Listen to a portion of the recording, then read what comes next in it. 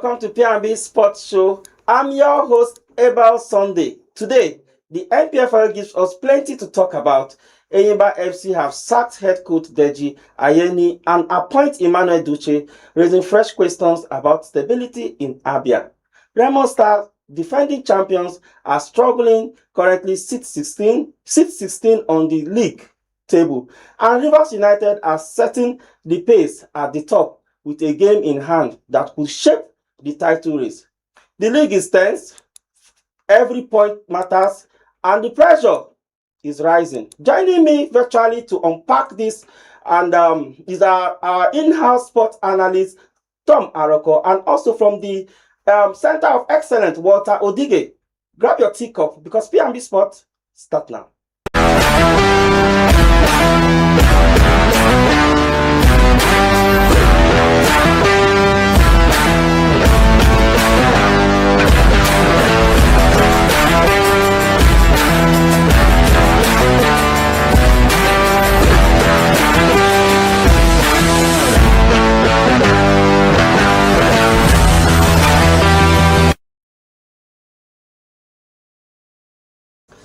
Welcome back. It's still P&B Sports teaching live from the nation's capital. And I'm being joined by Tom Aroko and also Walter Odige. Tom, good morning. How is Lugbe this morning?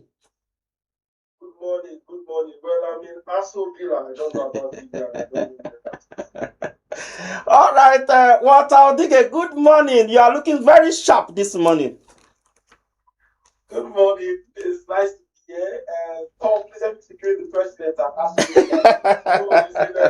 You talking, you almost fell. Okay, let's start with the chaos at Enyimba. Deji sacked, Emmanuel Deutsch appointed. What's going on with Enyimba? And in 4 years, they've changed 4 managers. Let me start with you, Walter Odige. What is really going on with Enyimba?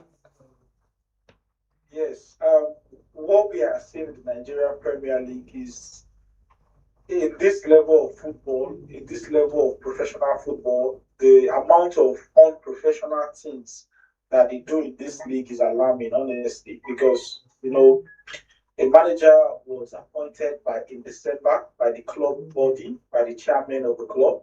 The manager was appointed in December, then he just had 2 official matches, you understand? Then the state governor, by January, is appointing a new manager entirely. That's okay. I'm not more, the service of the former manager is not needed. This is the new manager we want. So that's sad.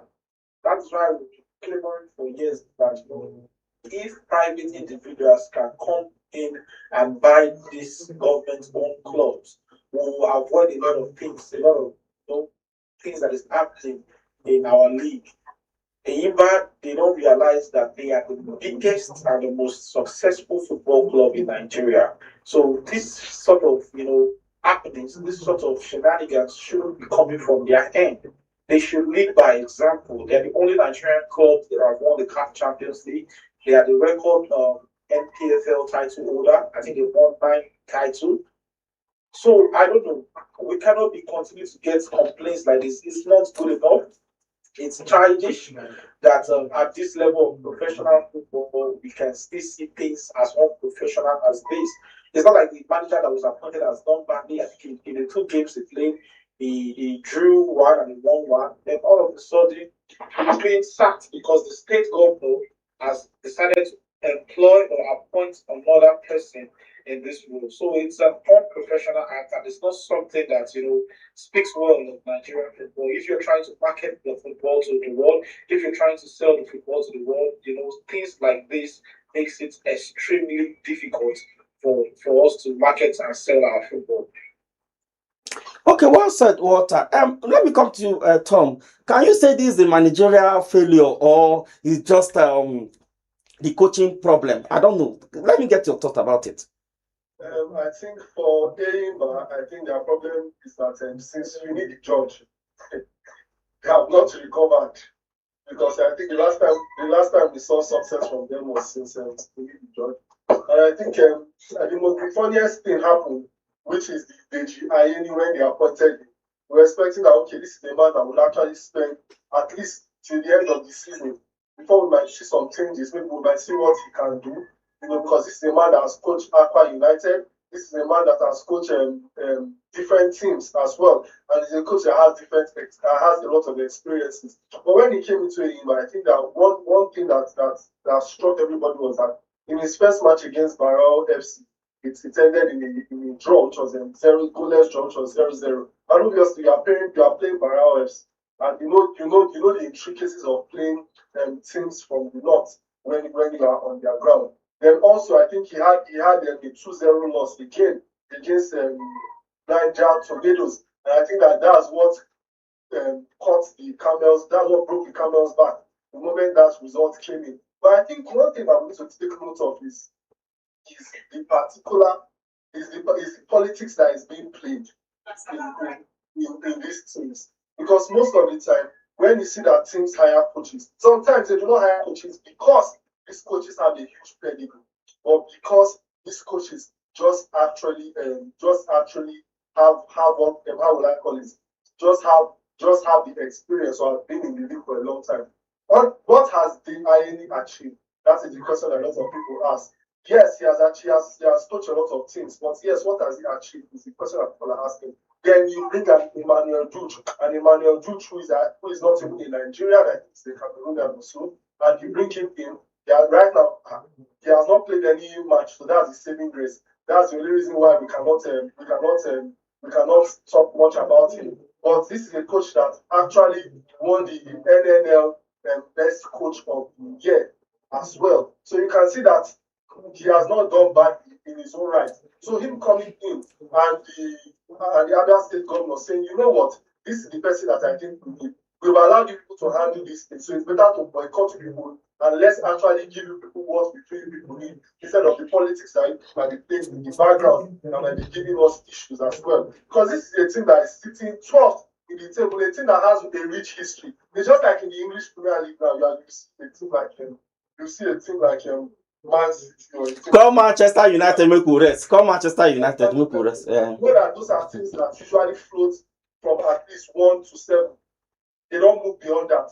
Then immediately you are seeing them at 12. It's going to look extremely funny. And that's what is happening with just 22 matches that they've played. So it seems very, very funny. It seems like I think they've gone from Trinity George to or Larry Waju also. They've gone from Larry Waju to from Iguma. They now entered Deji Ayeni, and Deji Ayeni, I think that was the biggest embarrassment in Nigerian football and MPFL. So honestly, I think it's not just a coaching problem. I don't think it's players' problem because they are getting a lot of funding from the government. I just think that it is a sports commission problem entirely. And I agree with Walter. Private individuals should take over our major leagues, not just football. Arguably, I think Enyimba, yes, is one of our biggest club. There's no two ways about it. Two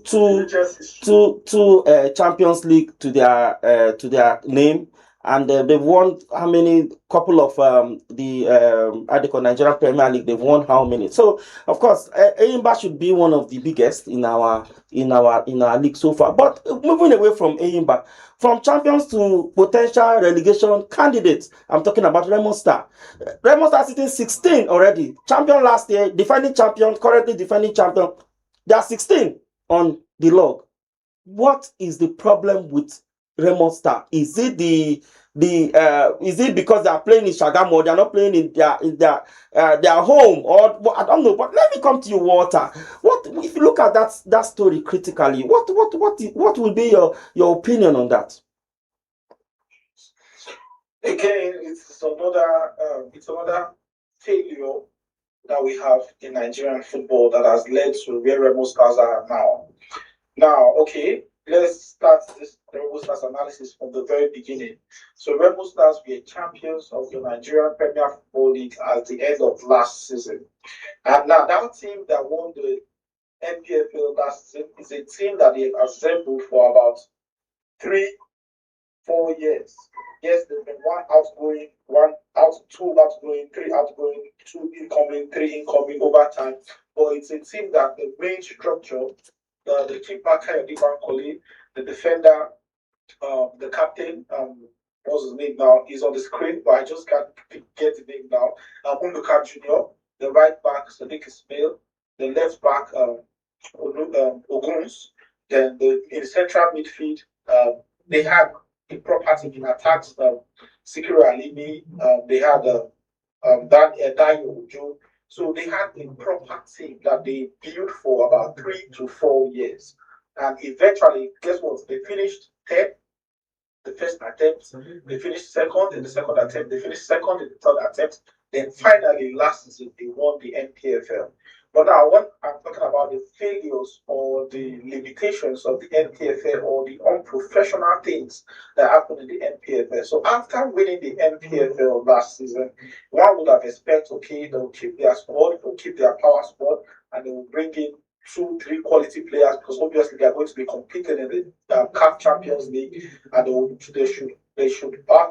have to do well. So you expect they will keep their squad intact and sign 2, 3 very good players to boost their squad so that they can be able to compete in the CAF Champions League as well as the NPFL and the Nigerian FA Cup. But guess what? That was the case. All those players I mentioned, that propelled them to winning the league, they are all gone. The captain is no more there. Kayode Bankole is moved to South Africa. Sadiq Ismail is no more there. Dayo Ojo is no more there. You go to the attack, Sikiru Alimi is no more there. Was winger in they sold about 9 of their first 11. 8, 9 of their first. I don't know. Just imagine that as PSG won Champions League last season, then they sold Donnarumma, sold Marquinhos, sold Dembele, sold Due, sold Vitinha, sold Hakimi, sold Mendes. That's what literally happened at Remo Stars. And in football, it's something that you have to be intentional about. When you stop being intentional, don't worry, you might face the consequence. So Remo Stars sold a lot of important players to their first team, and they brought in new players. Although there some people will argue that the players that they brought in are good players, but I would like to use it's easier. It's an easier job when you've been able to keep a squad that has done well for the past 3 years, to keep them together and build on them, than to now start afresh. So they decided to, I don't know, for whatever reason, maybe the players wanted to leave because of better salaries. Maybe I don't know, but those players left and they brought a new group of players. So it will take time for these players to gel. It will take time for those players to get to know themselves. It will take time for those players to start producing results because football is a result-oriented game. Now, at the start of the season, there was an announcement that Remo Stars won't play at home in the first half of the season. That is their first 9 league matches at home will not be played at home. It will be played at Shagamu instead. No, not Shagamu, sorry. It will be played at Abeokuta, that is Kutu. It will be played at Abeokuta instead of Ikene because their home stadium is undergoing renovations. So I think that plays a pivotal role in why they are 16th on the table. Rebel Stars Stadium in Ikene is a fortress. They haven't lost there in the past 3 years in the NPFL. No team has gone to Ikene and defeated Rebel Stars in 3 years. So once you in Abeokuta, the first half, they lost 3 home games. This is something that is unusual. This is not Rebel Stars. They lost 3 home games. They drew about 2, and they were able to manage about 4 or 5 victories. I can't remember it really correctly now, but I think they had an abysmal first half home fixture. So that is what that Rebel Stars. But what are all this? Don't you think keeping these players, no matter what, is also challenging for the team? Keeping these players because of if you're talking about finance, we don't have so much financially. We don't have that ability to keep these players because most of them when they get offers from outside like this, they just, and it's always juicy, they just have to go. You can't keep them. Don't you think that's the problem again we need to handle in terms of yes, it's a problem. We are not making enough. We are not making enough money. There's no capital in this league. Whatever you see Rebel Stars spending, they are spending majorly from their pockets and probably from their sponsors. okay. Well, let me come to you, Tom. Tom, with all this about our defending champion and looking them 16th on the table, it doesn't look nice. And one thing that struck me most times is going to the Champions League and crashing out immediately. It doesn't sit well with me. So I don't know if I can get more. Let me get your opinion on that. I think I agree with everything that Walter has said. The major issues that they've had is actually keeping their squad together. Like he said, we've had Ayeni who leave, I think who left and went to this JS Sahara also. And I think we also have Sadiq Ismaila who left. We also have Tochukwu Michael Junior Nduka and the likes. But I think one thing that also strikes a lot of people is the fact that a lot of people are not talking about is the fact that they had a coach in the person of Daniel Ogumodede, the person that usually he's used to the one handling the team, he's used to the one keeping the team. But him as a coach, even as a coach, he was not consistent with the team because he was chosen as the assistant coach of the national team as well. And as soon as he left, his assistant Camille Folari immediately took over. And this is so you see the inconsistencies. It's like a team that was prepared, and as soon as they got victory, instead of finding a way to keep everybody together, they immediately scattered, and that is the major issue that I'm seeing from this particular team. Then also, when you look at it, this is the team that is used to scoring a lot of goals. Yes, they do not have a lot of players, but there's something about bringing players together and keeping them over the years. For about 3-4 years, you've kept players together, and that is building what is called team chemistry. And right now, what I see when they play is I see a different level stance. I see a team that does not even have as much team chemistry, and that they don't have up to 50% or no. What am I saying 50%? They don't even have up to 30% of the team chemistry that they've been able to build over the years. Then also when you look at the sanctions that they face, then at that point, I want to be honest with you, you can now see the politics that is being played in the NPFL. And you can see that it's not just about having the money to be able to sponsor a team, but it's also about being able to play the politics in the league. And it's a politics that is being played in every league, even all around the world. Because they face different fines, they face different sanctions, even not being able to play in their. I can tell you for a fact, I was in their home. That was last year. I went to their home. I saw their training ground. I saw a lot of facilities, and told me this is a team that lacks nothing. So what we should be asking is, I think the owner of the team should actually sit back, should look at it and say, okay, what pieces can we put in place? Because this is a team that qualified for CAF Champions League, and they failed woefully. They performed abysmally. They performed terribly. So I think that they really need to look in depth and think of how to keep players. Yes, we know that they're not benefiting anything like Walter has said, but if you're having private investors, I think the major thing is to make sure that you're letting them know that. All right.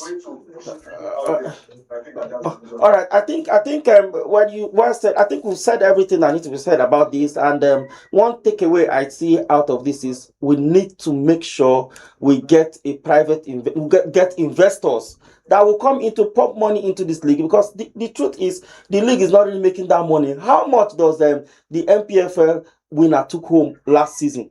200 million. That is nothing. 200 million. How many people's salary are you going to pay in a month? That money is gone. So I don't think the money is that much. I think we need to have more people to come and sponsor, and the government to lay their hands off it, because even in basketball, I think it's the same issue we're having. Let government leave it for the private sector. Let them run it. Let them run it as a business. Do not look at it as something that is juicy that somebody will just come and say, okay, they're allocating money from somewhere and they'll be eating it. But let it run through the private sector. Let people do it let them run it as their business. Then just have somebody that is going to monitor it. But that takes us finally to our next topic. It seems like we're talking about the team that is doing everything right. Rivers United, sitting top of the table, and also they have a game in hand. It seems like everything is working so well with Finidis George. But a lot of people would say that I think this is where Finidi should stay rather. He's trying to stay. Don't go to Super Eagle go and be Super Eagle manager. I think you are better off here. So know your space and remain where you are. But let me come to you, Walter. With what Finidi George is doing so far, he did so well in Enyimba as well. and of course, he's replicating that in Rivers United. Let me get your opinion on his performances so far. Yes, I've been really impressed with Finidi George since he made that return to Rivers United.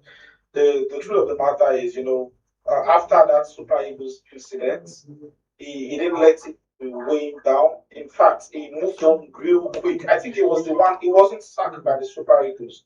He smelt the disrespect that was coming his way. Finidi, by the way, let's set the record straight, managed just 2 official games for Nigeria. Till today, everybody keeps saying is the reason why we did not qualify for the World Cup is because of Finidi George. That is actually wrong. Finidi managed just 2 official games for the Super Eagles of Nigeria, of which he lost one away to Benin Republic and he drew one in Rio. He drew to South Africa and he lost to Benin Republic. Those are the 2 games Finidi managed while he was Super Eagles of Nigeria. So after the Osimhen outburst, the NFF saying this and that and this and all of that. So it's sparked controversy, and he himself resigned from the job, and immediately when Rivers United came calling, he accepted Rivers United and said, "Okay, you know what? Let me just go into management straight away." And that has been an awesome decision from Finidi, because last season in Chad he finished second, only behind that Super Remo Stars team. So Finidi George finished second and qualified the club for the CAF Champions League. Guess what? Now this is the first time Nigeria club is playing at the group stage of the CAF Champions League in 8 years, and that was achieved by Finidi George also. Yes, they've not started well, they've had 2 defeats and 1 draw so far, but that is a record. Playing in the group stage of the CAF Champions League alone is a massive achievement, for Finidi George, because for 8 years, no Nigerian club has played in the group stage of the CAF Champions League. Now they've been able to manage that, and they are top of the Nigerian Premier Football League this season. They are 3 points clear with a game in hand. They have the standing, and they are currently 3 points clear of the second, which is Abia Warriors already. So I think it's a good season for them. They have a very good season, and it will be nice to see Finidi lift that trophy. It will be a turnaround story from his difficult time with the Super Eagles to be crowned NPFL champion amongst every other thing he has achieved while he has been the manager of Rivers United. So I think kudos to Finidi, kudos to Rivers United. I think everybody stands on deck at Rivers United. They are a properly run club. They are the best run club in Nigeria. For a government-owned club for the past, let me say, 5 years, they've been very, very good. They've been consistent in CAF competitions. Mind you, they are still the last team to play in the CAF Confederations Cup group stage. So they've been a very good side and a consistent side. So hopefully this season they will get the reward for their efforts. They will get the reward for their consistency and for their deliberate act of being a successful football club. Okay, well, so Tom, let me come to you. Do you think anybody can stop this season? Do you think anybody can stop Finidi George and his troop? Do you think anybody can stop them in the NPFL? I think right now, honestly, I think yes, there's still a chance for the team that is in second, to actually take them up, because it depends on how they perform in their next match. Because if you recall, I think if they are taking it, I think they had a match this January. I think they played Rangers or so. I think if they are taking that match against Rangers, I think they would have actually stayed completely clear away from anybody away from anybody trying to take that position. But when you look at a team like Rivers United and the way they performed so far, you are going to realize that this is a team that has a complete unit. I think they beat I've forgotten the team. I think they beat Remo Stars as well. They beat Remo Stars 1-0. And I think at that point, that was a big statement as well, to let everybody know that, yes, these are the big boys that are in town. Then also, when you see their last CAF performance, I think that also ended in a goalless draw. But the question is, they have to win their next matches, because we're also seeing a team like Nasarawa United that have also proven to be very, very strong with the way they've been playing, and they are beating up Rivers United has. It's just 3 points. So what they need to do is Rivers United just need to lose one match. National United just need to win one match, and that's it. That will be the complete decider. So I feel that they need to actually put more pressure. Yes, we need the George is doing well. I know that playing in CAF, playing in the MPFL, it has a lot of pressure. You understand? But they also need to find a way to manage players and to find a way to create a balance between the CAF and the MPFL. But good job, but kudos to University. Well said, gentlemen. I think we've you guys have, in fact, you hit the nail on the head. Exactly what we want to hear, and and this will take us to our next segment. Today in sport, 2017, Serena Williams 23rd Grand Slam. In the Australian Open Finals, Serena Williams defeated her sister Venus Williams 6-4, 6-4 to win a record 23rd Grand Slam singles title in the Open era, suppressing Stephanie Cribb's record. That's all for Sports Show today. Many thanks to our analyst Tom Aroko and also Walter Odige for their analysis. Thank you so much, gentlemen. Thank you. Okay, you can connect with us on all social media platforms, on YouTube and Facebook at Politics&BusinessTV.English, on IG at P&B TV_English, on X at P&B TV_ENG. That's the size of our show this morning. I'm Abel Sunday. From me and the entire team here in Abuja, goodbye.